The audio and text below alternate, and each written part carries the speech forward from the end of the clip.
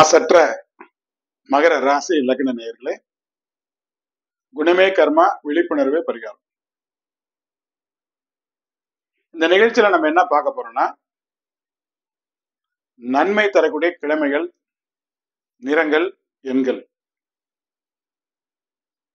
நமக்கு நன்மையும் தீமையும் கலந்து தரக்கூடிய சமமான கிழமைகள், நிறங்கள், எண்கள். நம்ம கவனமா எச்சரிக்கையா இருக்க வேண்டிய கிழமைகள், நிறங்கள், எண்கள். நம்ம உடம்புல முக்கியமா பாதுகாக்க வேண்டிய உறுப்பு, தவிர்க்க வேண்டிய குணம், எச்சரிக்கையா இருக்க வேண்டிய நோய், சாதகமான திசை. இவ்வளவுதான் பார்க்க போறோம். எல்லாரும் நான் பேசுவேன், டெக்ஸ்ட் லிங்க் கீழே போட்டிருப்பேன், அதை நீங்க குறிச்சு வச்சுக்கலாம். அப்படி இல்லைன்னா பிளேலிஸ்ட்ல போய் நீங்க மாசற்ற மகர ராசி நேயர்களேன்னு இருக்கும், அதில் நீங்க போனீங்கன்னா அந்த பிளேலிஸ்ட்ல வந்து அதை எடுத்து நீங்க ஏற்கனவே நான் போட்டிருக்கிறதையும் பார்க்கலாம். அதை பார்த்து உங்களை விவரங்களை தெரிஞ்சுட்டு அதை நீங்க வாழ்க்கையில ஃபாலோ பண்ணலாம். நல்லதா இருந்தா எடுத்துக்கலாம், உங்களுக்கு ஒத்து வரலன்னா விட்டுறலாம். திங்கக்கிழமை வந்து உங்களுக்கு எப்பவுமே விரோதம் வரும், வம்பு வழக்கு வரும். புதிய முயற்சிகளை தவிர்த்திடணும் திங்கக்கிழமை. செவ்வாய்க்கிழமை ரொம்ப ரொம்ப நல்ல நாள். வியாபாரத்துல துணிஞ்சு இறங்கி நல்ல லாபத்தை அடையலாம். வியாபாரத்துல செவ்வாய்க்கிழமை நிறைய பேர் உங்களுக்கு நன்மை நடக்கிறது நாங்க பார்த்துருக்கோம். செவ்வாய்க்கிழமை நல்ல நாள். அந்த செவ்வாய் கிழமையா பார்க்க கூடாது, அந்த செவ்வாய் கிரகமே அன்னைக்கு வந்து உங்களுக்கு சப்போர்ட்டுக்கு வந்திருக்குன்னு அர்த்தம். அது நெருங்கி வரும்.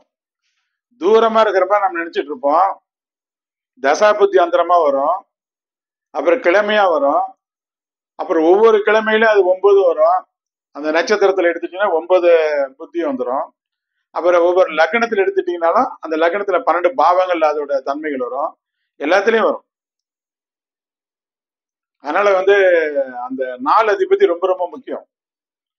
அத பேராசிரியர் ப்ரொஃபசர் KS கிருஷ்ணமூர்த்தி அவர்கள் வந்து ரூலிங் பிளானட்ஸ் அது எடுக்காம ஜாதகம் பார்க்க மாட்டார். அது வந்து உட்காந்து அவங்க ரூலிங் பிளானட்ஸ் அது பார்க்கும்போது அந்த டே லார்டுக்கு ரொம்ப முக்கியத்துவம் கொடுப்போம். அந்த டே லார்ட்னா அது ஒரு கிரகம் தான். அது நம்ம இன்னைக்கு வந்து நம்ம கிரகம் வந்து நம்மகிட்ட உறவாடுது, அந்த கிரகம் நம்மகிட்ட உறவாடுது. அங்க என்ன இத ஜோதிட ஆரம்ப பகுதியில படிக்கிற பகுதியில் இருக்கவங்க இப்ப நான் சொல்லக்கூடிய விவரத்தை எடுத்துட்டா அவங்களுக்கு வந்து செவ்வாய் திசை என்ன பண்ணும் அப்படிங்கறத ஷார்ட்கட்டா புரிஞ்சுக்கலாம். அந்த மகரத்துக்கு செவ்வாய் திசை என்ன பண்ணும், மகரத்துக்கு சந்திர திசை என்ன பண்ணும் அப்படின்னு அழகா இதேதான் அங்க விரிவா போறது. அப்படிதான் குழந்தைக்கு அப்படியே சாப்பாடு பால் சோறு ஊட்டுற மாதிரி எங்க குருநாதர் வைத்திலிங்க சொல்லி தருவார். அப்படியே பேசியே மனசுல பதிவு வச்சிருவார். இதெல்லாம் KS கிருஷ்ணமூர்த்தி ஐயா சொன்னது. ப்ரொஃபசர் வைத்திலிங்க அதை சொல்லி கொடுத்தாரு தவிர இதெல்லாம் சொல்லி வச்சது வந்து அவருடைய ஃபர்ஸ்ட் ரீடர்ல வந்து இதெல்லாம் சொன்னார். ஃபர்ஸ்ட் ரீடர்னு அவருடைய புக் இருக்குது, அதுல இதெல்லாம் சொல்லியிருக்கிறார். அதனால செவ்வாய்க்கிழமை வந்து மிகவும் நல்ல நாள். வியாபாரத்தில் நீங்க துணிஞ்சு இறங்கினா நல்ல லாபம் கிடைக்கும். ஆவணங்கள்ல கையெழுத்தில் நான் செவ்வாய்க்கிழமை நீங்க பார்க்க வேண்டியதில்லை. செவ்வாய் உங்களுக்கு வருவாய் தான், செவ்வாய் உங்களுக்கு மங்களகரமான நாள் தான், உங்களுக்கு மங்களம் தான் செவ்வாய். புதன்கிழமை உங்களுக்கு வெற்றி கிடைக்கும். அன்னைக்கு நீங்க போட்டி பந்தயத்தில் எதுல ஈடுபட்டாலும் வெற்றி தான். போட்டி பந்தயம் சொன்னா எல்லாம் போய் ஏதாவது ரேஸ்ல கலந்துக்க போறோம் அப்படிலாம் கிடையாது. வாழ்க்கையிலேயே நிறைய போட்டி பந்தயங்கள் இருக்கு. அந்த வார்த்தை வந்து நீங்க அப்படி புரிஞ்சுக்க கூடாது, அப்படி புரிஞ்சுக்கணும். எல்லாத்துலயுமே போட்டி இருக்குது. நம்மளை தக்க வச்சுக்கிறதுக்கே போட்டி இருக்குது. குடும்பத்துல ஒவ்வொருத்தரும் அவங்க ஸ்தானங்களை தக்க வச்சுக்கிறதுக்கு போட்டி போட்டாகணும். அதனால அது வந்து போட்டி பந்தயங்கள் வெற்றினா நீங்க அப்படி எடுத்து புதன் வந்து உங்களுக்கு வந்து அந்த மாதிரி உங்களை தக்க வச்சுக்கிறதுக்கு நீங்க யாருன்னு ப்ரூவ் பண்றதுக்கு, அடுத்தவங்களை நீங்க வெற்றி பெற்று வர்றதுக்கு அது அவர் வந்து வெற்றி பெற்று வர்றதுங்கிறது வந்து ஒருத்தர் தோக்கடிக்கிறதும் கிடையாது. நம்ம கருத்து பேசிட்டு இருக்கும்போது நம்ம கருத்தை மற்றவங்கள்ட்ட புகுத்துறதே வெற்றி தான். அங்க போய் போராட்டத்துல போராடி துப்பாக்கி எடுத்து சுட்டு ஒருத்தனை கத்தியில குத்தி அந்த வெற்றிங்கிறத விட இது அதை விட மோசமான வெற்றி, அதோட ரொம்ப சிரமம். இது ஒரு ஆளை கூட கொண்டு போடலாம், ஆனா கருத்தை ஏத்தி ஒருத்தர் நம்மளுடைய பழக்கத்துக்கு தகுந்த மாதிரி மாத்தி நம்ம உண்மையான கருத்தை அவங்ககிட்ட புகுத்துறது இருக்குத, அதை தக்க வச்சுக்கிறதுக்கே பாடுபட்டு புதன்கிழமை நீங்க எடுத்துங்க. அன்னைக்கு தூர பிரயாணமும் உங்களுக்கு ஒத்து வரும். வியாழக்கிழமை செலவுகள் அதிகரிக்கும், செலவு நிறைய வந்துடும். வியாழக்கிழமை பெரிய செலவு தான் வரும்.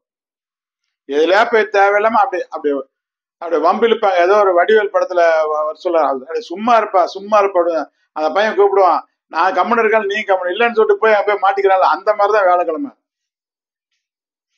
தேவையில்லாத ஒரு விஷயம் வரும், அதுல மூக்க நுழைச்சோம் அது விரயத்துல போய் முடியும். அதுல கவனமா இருக்கணும். நாம எதுவும் கமிட் பண்ணவும் கூடாது, இன்னொருத்தர் சொல்றதுக்கு நம்ம உட்படக்கூடாது. அது மாதிரி நம்ம வந்து அந்த நாள் எச்சரிக்கை இருக்கணும். வெள்ளிக்கிழமை ரொம்ப நல்ல நாள். அன்னைக்கு நீங்க வியாபாரத்துல துணிஞ்சு இறங்கினா நல்ல லாபம். வெள்ளிக்கிழமை துணிஞ்சு வியாபாரிங்க வந்து வெள்ளிக்கிழமை நல்லா பயன்படுத்திக்கணும். அன்னைக்கு வந்து அவங்களுக்கு ரொம்ப நல்ல நாள். அன்னைக்கு முதலீடுகள் செய்யறது வந்து வெள்ளிக்கிழமையும் முதலீடு செய்யலாம், நீங்க சனிக்கிழமையும் நீங்க முதலீடு செய்யலாம். சனிக்கிழமை கூட நல்ல நாள் தான். நீங்க முதலீடு செய்யற சனிக்கிழமை செய்யக்கூடிய முதலீடு வந்து நல்ல லாபத்தை கொடுக்கக்கூடியதா இருக்கும். நினைத்த முதலீடு லாஸ் ஆகாத முதலீடா இருக்கும். அதனால சனிக்கிழமை நீங்க முதலீடு செய்யலாம், வெள்ளிக்கிழமையும் செய்யலாம். ஞாயிற்றுக்கிழமை செலவுகள் ரொம்ப செலவுகள் அதிகரிக்கும். ஆனா ஞாயிற்றுக்கிழமை வந்து சுப செலவுகளை வச்சுக்கிட்டு சுப விரயங்களை வச்சுக்கிட்டு ஞாயிற்றுக்கிழமை நீங்க கடந்துக்கலாம். உங்களுக்கு வந்து சாதகமான நாட்கள் வந்து செவ்வாய், புதன், வெள்ளி, சனி. செவ்வாய், புதன், வெள்ளி, சனி வந்து உங்களுக்கு ரொம்ப ரொம்ப சாதகமான நாட்கள். நீங்க வந்து கவனமா இருக்க வேண்டிய நாட்கள் என்ன? ஞாயிறு, திங்கள், வியாழன். இந்த 3 நாளும் வரக்கூடிய பிரச்சனைகள்ல வந்து நீங்க கவனமா இருந்து அது வெற்றி பெற்று வரும். சாதகமான நாட்கள் வந்து செவ்வாய், புதன், வெள்ளி, சனி. கவனமாக இருக்க வேண்டிய நாட்கள் ஞாயிறு, திங்கள், வியாழன். உங்களுக்கு வந்து ரொம்ப நன்மையான நிறங்கள் எதுன்னா சிகப்பு, பச்சை, வெள்ளி நிறம், நீல நிறம். இந்த 4 உங்களுக்கு வந்து சிறப்பான நிறங்கள். நீங்க தவிர்க்க வேண்டிய நிறங்கள் என்ன? ஆரஞ்சு, வெள்ளை, மஞ்சள். இது 3 நீங்க தவிர்க்கணும். உங்களுக்கு சாதகமான எண்கள் என்ன?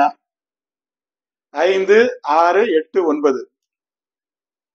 சாதகமான எண்கள் வந்து 5, 6, 8, 9. நீங்க கவனமா இருக்க வேண்டிய எண்கள் என்ன? 1, 2, 3, 4, 7. 1, 2, 3, 4, 7. இந்த எண்கள் வரக்கூடிய விஷயங்கள்ல வந்து நீங்க கவனமா செயல்படணும். நீங்க உங்க உடம்புல எந்த உறுப்பு அதிகம் பாதுகாக்கணும்? கால்கள் தான். கால்கள் அப்படி முட்டி எலும்புலாம் தெரியும். சதை அப்படி போட்டு பூசின மாதிரி சதை வந்து ட்ரெஸ் போட்டு மாதிரி இருக்கும். ஆனா பலமா இருக்கும். அது வேற. ராசிக்கு லக்னம் கெட்டு போயிருந்தா பிரச்சனை காலில் தான் ஃபர்ஸ்ட் வரும். அதனால கால்களை ரொம்ப பாதுகாக்கணும். நீங்க நிறைய பேர் கால்களை வேணுங்கிற அளவுக்கு பயன்படுத்தி நல்ல தேய்மானம் பண்ணி வச்சிருப்பீங்க. நல்ல கால்களுக்கு உண்டான பயிற்சி நீங்க கொடுத்து கால்களை வந்து நல்லா பார்த்துக்கணும். நீங்க தவிர்க்க வேண்டிய குணம் வந்து பதட்டம். நிதானமான ஆள் தான் நீங்க. நிதானமான ஆள் தான். ஆனா குறிப்பிட்ட நேரத்துல குறிப்பிட்ட காரியத்தை முடிக்கணும் அப்படிங்கும்போது உங்களுக்கு பதட்டம் வந்துடும். இந்த பதட்டத்தை வந்து தவிர்க்கணும். எச்சரிக்கையா இருக்க வேண்டிய நோய் என்ன தெரியுமா? வாயு, வாதம். உடம்புக்கு மேல வந்தா வாயு, உடம்பு கீழே போனா இடுப்பு கீழே போனா அது பேர் வாதம். ரெண்டும் அந்த மகரத்துக்கே உண்டான. அது வராத அளவுக்கு நீங்க அந்த உணவு முறையில வந்து அதை கரெக்ட் பண்ணணும். உணவு முறையும் கரெக்ட் பண்ணணும், குணமும் நம்ம கரெக்ட் பண்ணணும். குணமும் நம்ம கரெக்ட் பண்ணணும். அதே மாதிரி உடல் பயிற்சிகளும் செஞ்சு நம்ம கரெக்ட் பண்ணணும். நம்ம வந்து நம்ம உடல் மேனேஜ்மெண்ட், அதாவது பிசிக்கல் மேனேஜ்மெண்ட் வந்து ரொம்ப ரொம்ப முக்கியம். அது மாதிரி சைக்காலஜி மேனேஜ்மெண்ட் ரொம்ப முக்கியம். அதையும் கரெக்டா பாத்துக்கணும். பிசினஸ் மேனேஜ்மெண்ட்டும் முக்கியம். டைம் மேனேஜ்மெண்ட் ரொம்ப முக்கியம். அதே மாதிரிதான் ஃபுட்டுல என்ன சாப்பிடணும் அப்படின்னு நம்ம தெரிஞ்சுக்கணும். அதே மாதிரிதான் நம்ம குணத்துல எந்த குணத்தை எடுக்கணும், எந்த குணத்தை தவிர்க்கணும், எந்த நேரத்தில் எப்படி செயல்படணும், இவ்வளோ வித்தையை தெரிஞ்சு வாழ வேண்டியதா இருக்கு. வாழ்றது எவ்வளவு கஷ்டம் பாத்தீங்களா? ஒரு வாழ்றதுக்காக எவ்வளவு வித்தை தெரிஞ்சு போராட வேண்டியதா இருக்குது வாழ்க்கையில. அதுக்குதான் சித்தருங்க மௌனம் அப்படியே மௌனமா போய் உட்காந்து போல அவங்க வம்பு வேணாம், அவங்கள்ட்ட இது வேணாம், அப்படி போய் அமைதியா போய் உட்காந்துடுறாங்க. அந்த மௌனத்துக்கு உகந்த ராசி வந்து மகரம். ஒரு ஸ்டேஜ்ல ரொம்ப ஜனங்களை வெறுத்து ரொம்ப அமைதியாயிடுவாங்க.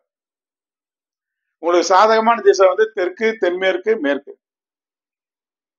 தெற்கு, தென்மேற்கு, மேற்கு. இது 3 உங்களுக்கு சாதகமான திசைகள். நேர்களே, உங்களை பற்றிய விவரங்களை நாங்க ஏற்கனவே வந்து மாசற்ற மகர ராசிகள்னு சொல்லிட்டு பிளேலிஸ்ட்ல கொடுத்துருக்கோம். அதில் போய் பாருங்க, அதை எடுத்து பாருங்க. அதுல இருக்க நல்லதை எடுத்துங்க, தீயதை தவிர்த்துருங்க. உங்களுக்கு ஒத்து வராத எடுத்துங்க, ஒத்து வராத எடுத்துங்க, ஒத்து வராத விட்டுருங்க. இன்னும் நிறைய விஷயம் அதில் நாங்கள் போடுவோம். உங்க பிளேலிஸ்ட்ல நிறைய விஷயம் நாங்கள் போட்டுட்டு வருவோம். அதனால வந்து மகரத்தை நீங்க போய் அதை பாருங்க, அதை விசிட் பண்ணி பாருங்க. மீண்டும் அடுத்த நிகழ்ச்சி இன்னும் ஒரு சிறப்பான விஷயத்தோடு சந்திப்போம். குணமே கர்மா, விழிப்புணர்வே பரிகாரம்.